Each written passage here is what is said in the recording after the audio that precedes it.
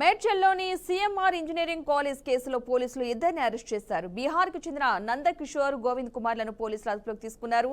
CMR college chairman Chamakura Gopal రెడ్డిపై case నమోదు చేశారు. అమ్మాయిల హాస్టల్లోని బాత్రూంలో తొంగి చూసినట్లుగా గుర్తించారు. ఉద్దేశపూర్వకంగా అమ్మాయిల బాత్రూంలో కిషోర్ గోవింద్లు ఈ నీచ పనికి పాల్పడ్డారు. ఈ క్రమంలో కిషోర్ గోవింద్ తో పాటు 5గురిపై పోలీసులైతే కేసు నమోదు చేశారు. మరోవైపు college director Madireddy Jangareddy, principal Anantha Narayana, warden Preethireddy, campus warden ధనలక్ష్మిపై కూడా పోలీసులు కేసు నమోదు చేశారు. విద్యార్థులను ఉద్దేశించి కిషోర్ గోవింద్ అసభ్యకర వ్యాఖ్యలు చేశారు.